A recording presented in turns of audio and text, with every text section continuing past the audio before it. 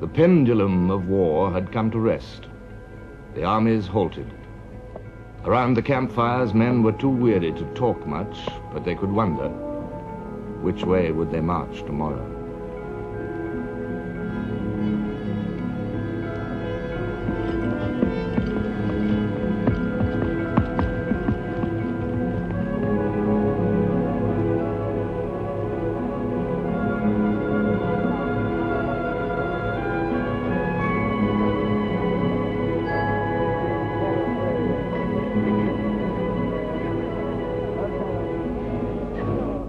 For 15 days, the Allies had been in constant retreat. For 15 days, the great weight of the German armies had pressed steadily down towards Paris and the heart of France.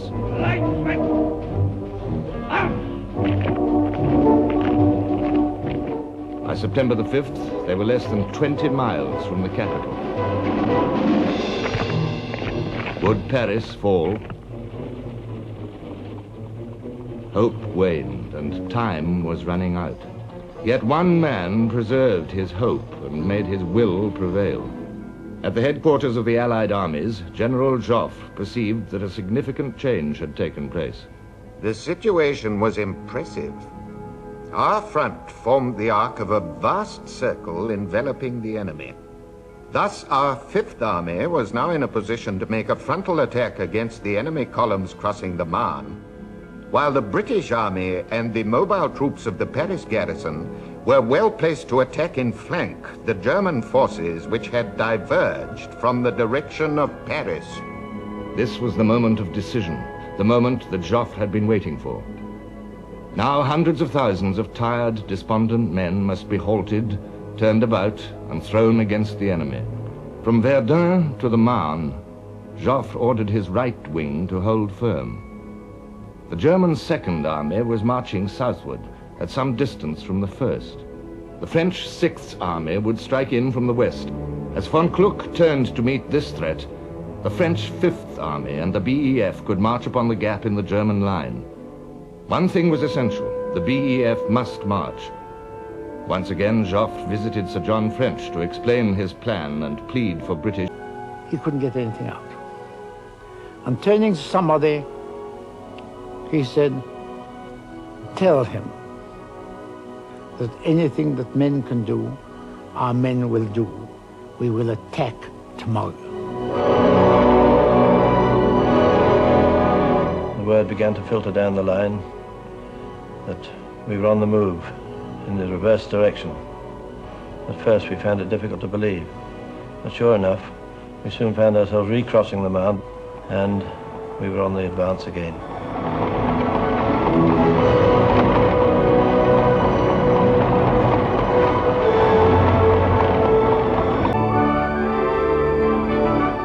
Happiest day of my life.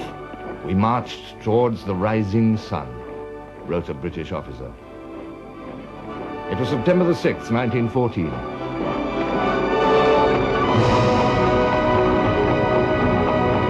General Joffre issued an order of the day to his armies. The moment has passed for looking to the rear. All our efforts must be directed to attacking and driving back the enemy.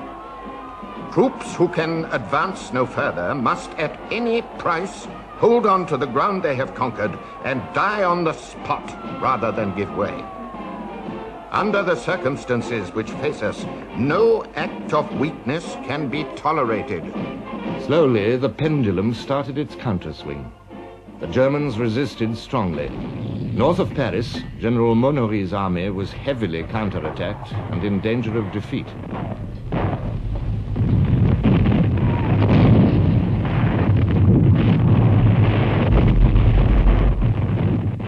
General Gallieni, military governor of Paris, rushed forward reinforcements in taxicabs, the taxis of the Marne.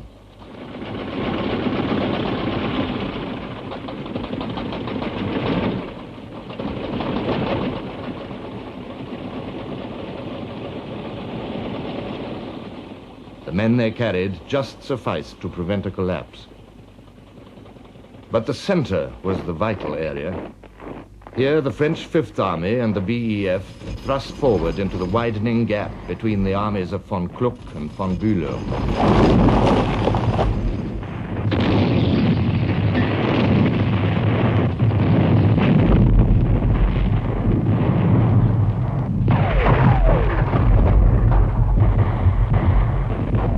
Reluctantly,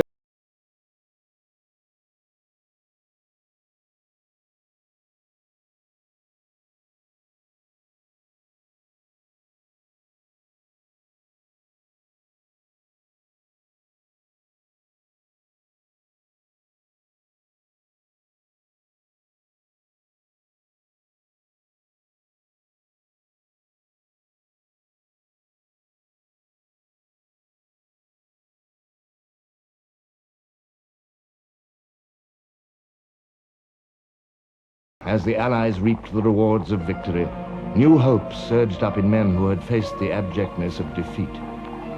Could the Germans be hustled back to the frontier, out of the rich provinces of France which they had overrun?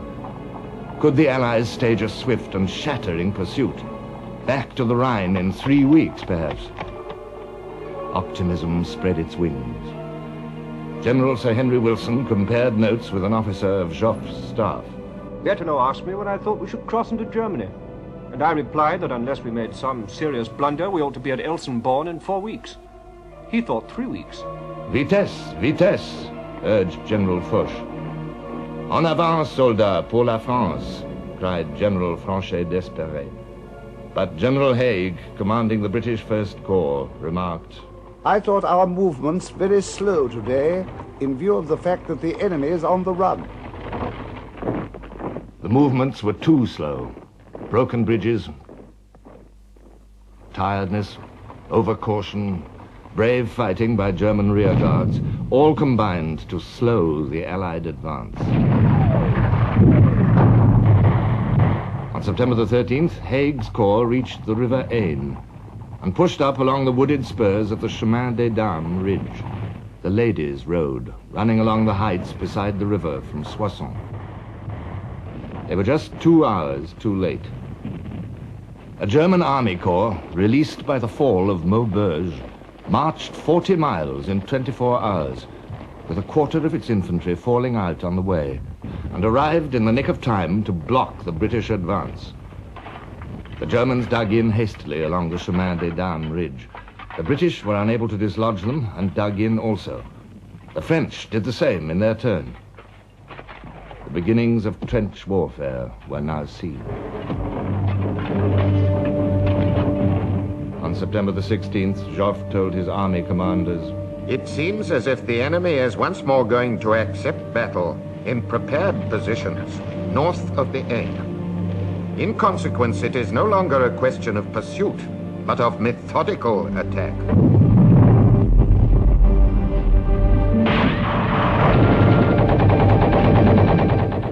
Every attack was halted.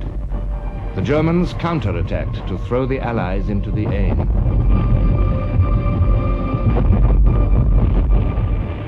They also failed. Losses mounted on both sides.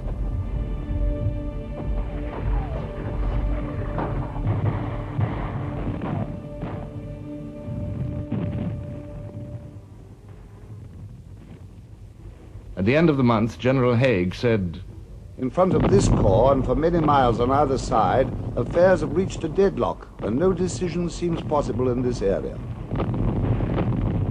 Joffre had already reached this conclusion. So had the German High Command. Simultaneously, Allies and Germans moved against each other's flanks. So the war, which had burned its way southward so swiftly, rolled back northward like a forest fire under a changing wind. The flames fed upon new countrysides, Picardy, Artois, Flanders. This was the race to the sea.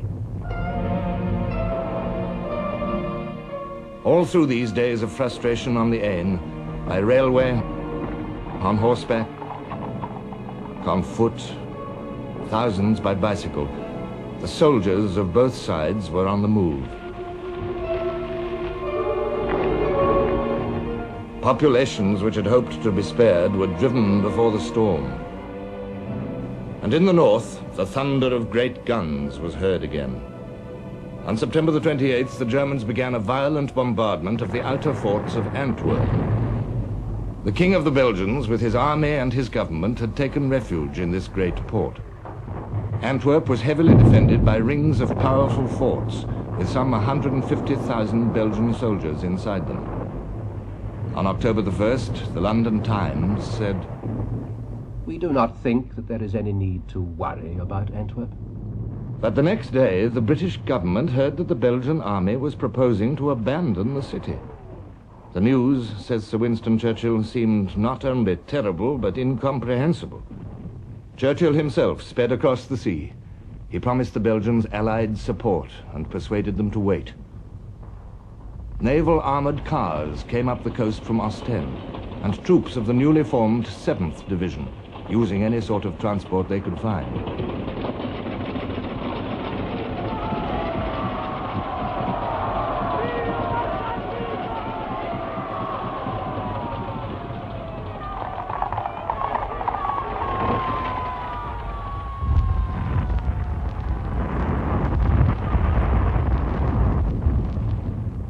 Then at Antwerp itself, Royal Marines of the Naval Division landed.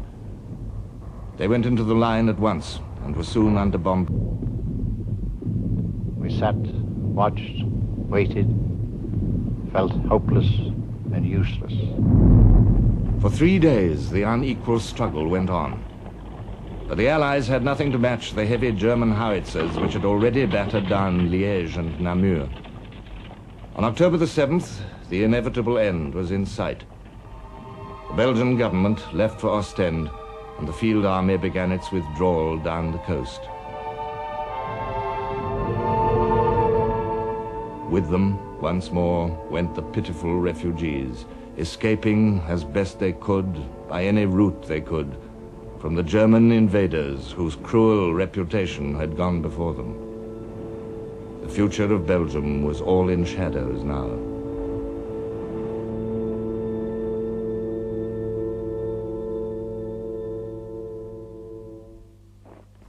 On October the 9th, the Germans entered Antwerp.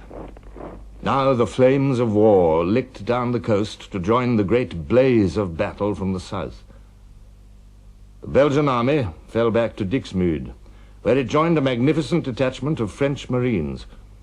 And division by division, the British Expeditionary Force, transported from the Aisne, was coming into action near the old Flemish market town of Ypres. Their arrival filled the last remaining gap in a line of battle from the sea to Switzerland. It was the final act of the war of movement.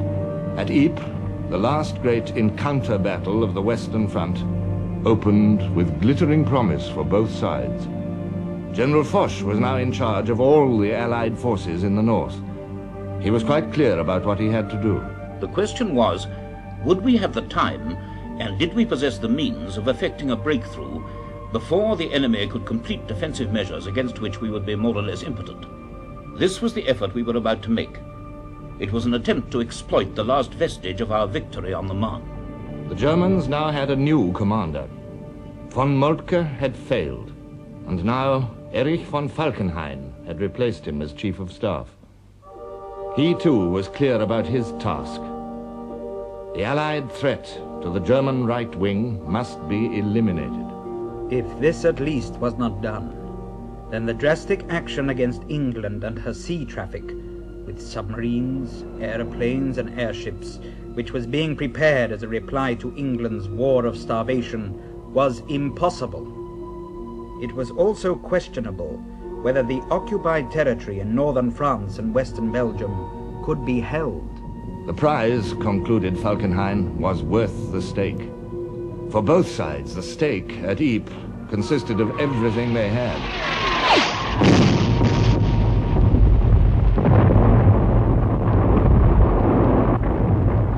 The sustained intensity of this battle was something new. Crisis after crisis flared along the line.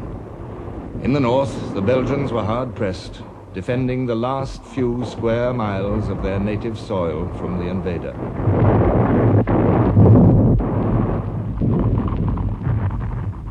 they took a terrible decision: to open the sluice gates of the river Isère and let in the sea over land which had been reclaimed by the labor of centuries. A French officer watched the result. Little by little, the soil became spongy, and the ditches began to fill. On the 29th, we could see the water rise, but it was only on the 31st that we had the impression of an entirely different landscape. Over this new landscape, veiled by a steady mist, settled a death-like silence. The Germans, too, were willing to mortgage their future. They flung into the battle divisions of young student volunteers, wildly enthusiastic, but only half-trained. They were mown down by the fire of the British regulars. The Germans called their fate the slaughter of the innocents. Veteran units also suffered heavy losses. The British expeditionary force, pounded by the German guns, was also cut to pieces. And these men were irreplaceable. They were Britain's only trained troops. By the time the battle was over, the old British army was gone past recall. Its losses in this battle totaled nearly 60,000. Already, before it ended, the consequences were seen. The Territorials made their appearance. The London Scottish were the first Territorial infantry to enter the fight. They lost 60% of their numbers in their first battle. Beside them, on October the 29th, arrived the first units of the Indian Corps. The Citizen Army and the Empire were already having to replace the regulars. Regulars, Territorials, Indians, French, Belgians. The French outnumbered all the rest. Together, they beat off all the German attacks. Their own attacks failed also. Captain Rudolf Binding of the German Dragoons wrote in a letter, "The war has got stuck into a gigantic siege on both sides. The whole front is one endless fortified trench. Neither side has the force to make a decisive push." On November the 2nd, he was even gloomier. "Everyone is getting ready for a winter campaign. As far as I can judge, there is no possibility of an early finish." The thought grew upon him with all its cheerless implications. November the 8th. "We are still stuck here for perfectly good reasons. One might as well say for perfectly bad reasons." By the middle of November, his mind was made up. "This business may last for a long time." The impossible was now a fact, a battle line which stretched across a continent. There were no flanks to turn, only the curves and convolutions of the rough trenches in which the million-strong armies crouched and waited. Nothing like it had ever been seen before.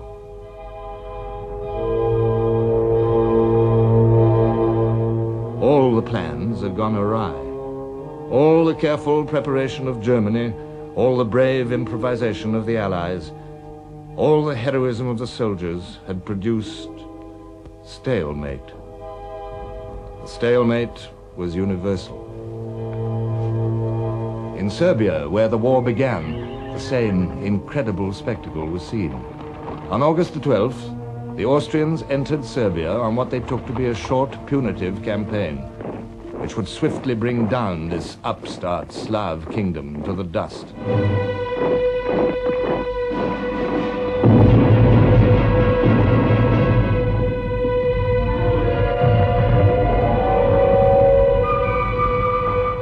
To the world's astonishment, the Austrian invasion was at once repelled.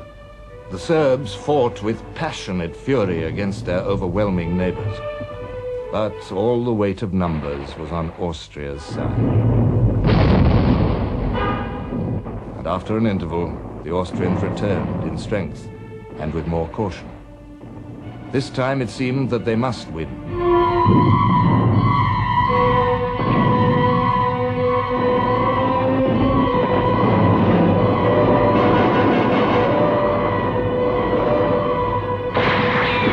On December the 2nd, they entered Belgrade for the second time. Easy enough. Belgrade was right on the border. But once again, the Serbs made a remarkable rally. By the 15th, the Austrians were out of Belgrade again. and Serbia was cleared of the invaders. The campaign had been brutal and bloody. The Austrians lost 227,000 men, more than half the numbers of their invading forces.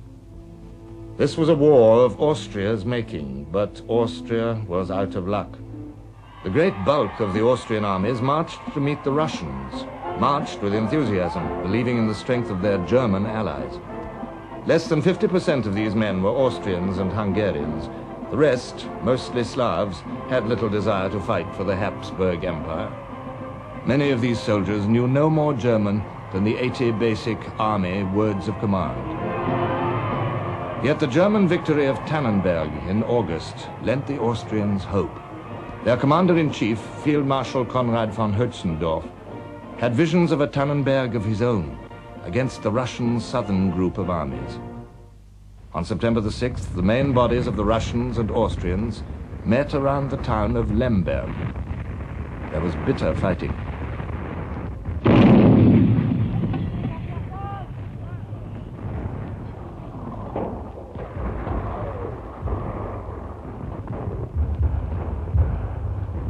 On September the 11th, the day on which Joffre announced his victory on the Marne, Conrad had accepted defeat. His casualties were enormous and included over 100,000 prisoners. The Austrians began a withdrawal, which carried them back over 200 miles. A lasting blow had been struck at Austrian morale. German staff officers cruelly summed it up in the saying, "We are fettered to a corpse." The Germans had reason for bitterness. This Austrian disaster had gravely affected their own plans and prospects, which had been so bright after Tannenberg. Now, as the Russians advanced to the Carpathian Mountains, the Germans had to turn from their own offensives to meet the threat.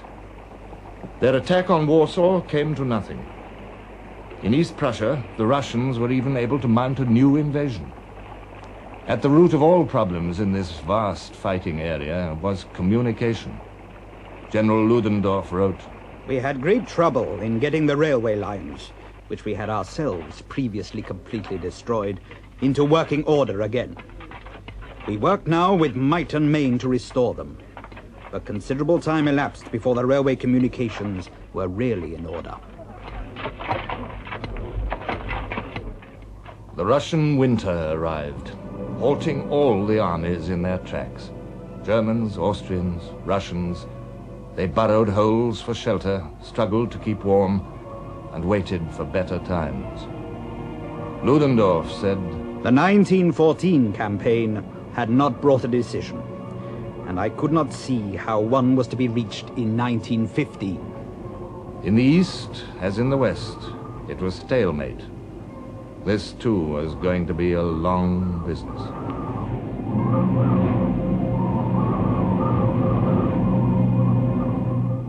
As the weeks slid into months and the months drew towards the ending of the year, shocked nations recognized that this war would not be over by Christmas. In France, tight censorship concealed the full truth of what had happened since the 3rd of August. But in hundreds of thousands of homes, nothing could conceal the loss of a husband, a brother, or a son. 995,000 Frenchmen were killed, wounded, or missing in 1914.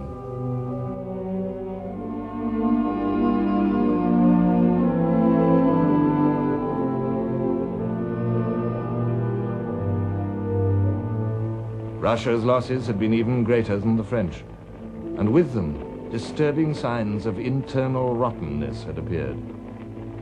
The Russian soldiers had displayed unbelievable devotion, patience, and tenacity.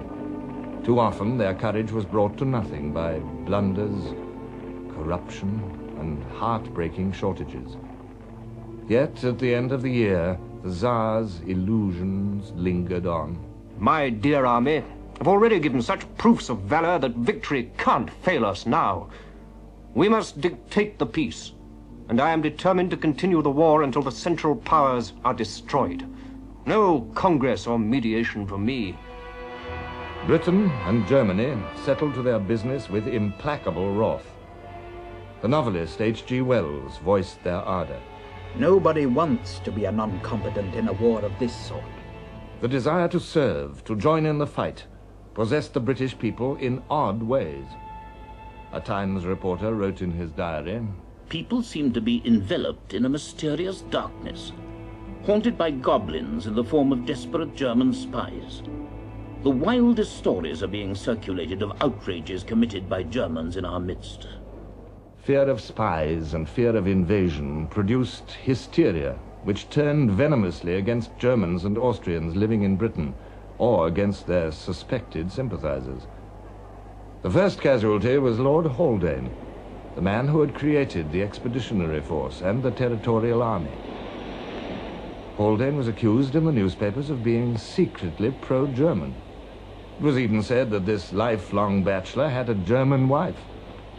He recalled, "I was threatened with assault in the street, and I was on occasions in some danger of being shot at." This violence turned in other directions also. In the East End of London, German shops were attacked and looted.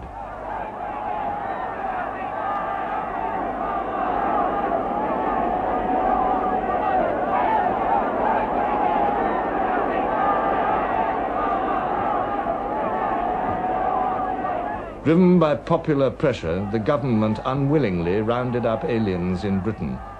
The historian F.S. Oliver recorded, "One of my friends has given away her dachshunds, lest they should lead her to be suspected of spying." In October, the agitation reached its climax with a campaign against the First Sea Lord, Prince Louis of Battenberg, who, with Winston Churchill, had been responsible for the concentration of the Grand Fleet before war even broke out.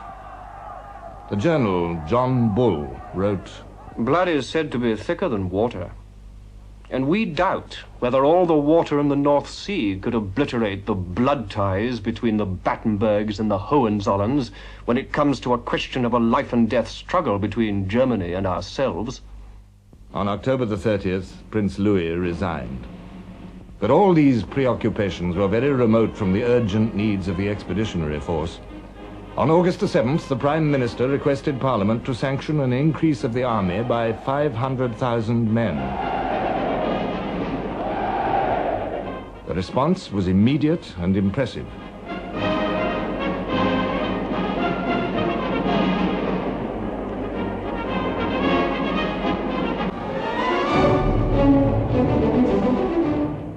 By September the 5th, the Prime Minister announced that between 250,000 and 300,000 men had joined Kitchener's army. 2 days later, the figure was corrected. It was 439,000.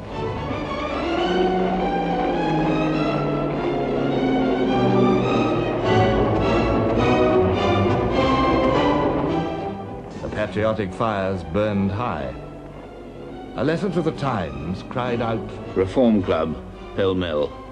Sir, yesterday afternoon, while Lord Kitchener was telling of the bravery of our wounded and dead, while he was asking for men to take their places, every lawn tennis court in the space near me was crowded by strapping young Englishmen and girls. Is there no way of shaming these laggards? The English girl who will not know the man, lover, brother, friend, that cannot show an overwhelming reason for not taking up arms, that girl will do her duty and will give good help to her country. 54 million posters were issued. 8 million personal letters were sent.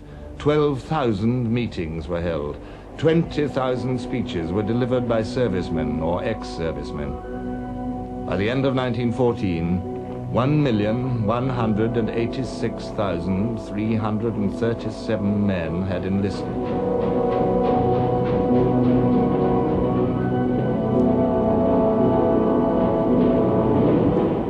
And this was not all. Canada's position had been made clear long before the war. In 1910, her Prime Minister said, "When Britain is at war, Canada is at war.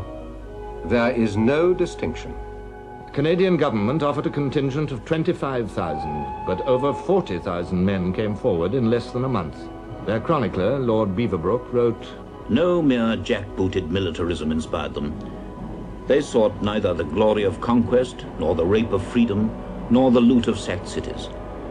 They came forward, free men and unconstrained, with a simple resolve to lay down their lives, if need be, in defense of the empire, their empire too. As with Canada, so with Australia. On August the 3rd, the Australian treasurer said, "If Britain goes to her Armageddon, we will go with her. Our fate and hers, for good or ill, are as woven threads." Australia offered her navy and a contingent of 20,000. New Zealand also offered her navy and 8,000 men, a higher proportion than any other dominion. South Africa joined in. Men came from all the colonies. The martial races of India gathered at the summons of the drum. The empire was at war. This was something that Germany had not catered for.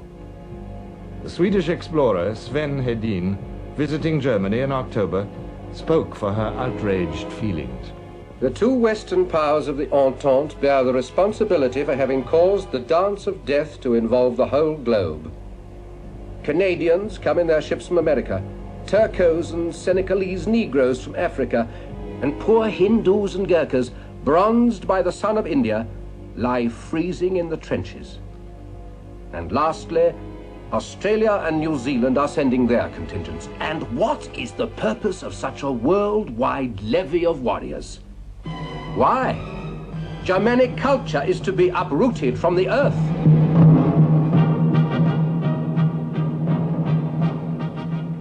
Victorious, yet thwarted of total victory, Germany set her teeth and hardened her will.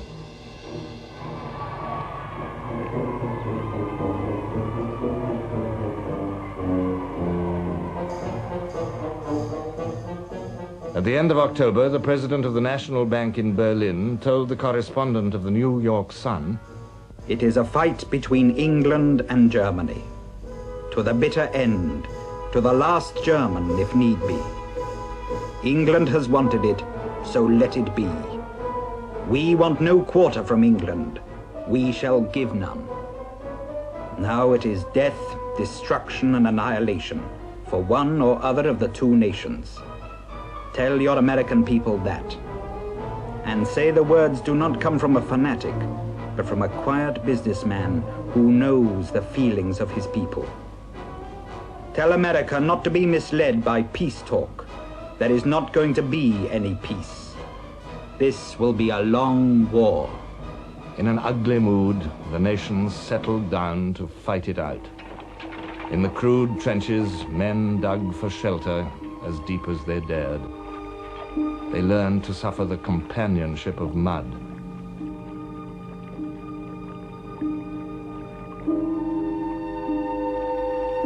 The manhood of Europe discovered a new way of life, with death never far away. They were surprised to find that Christmas had overtaken them.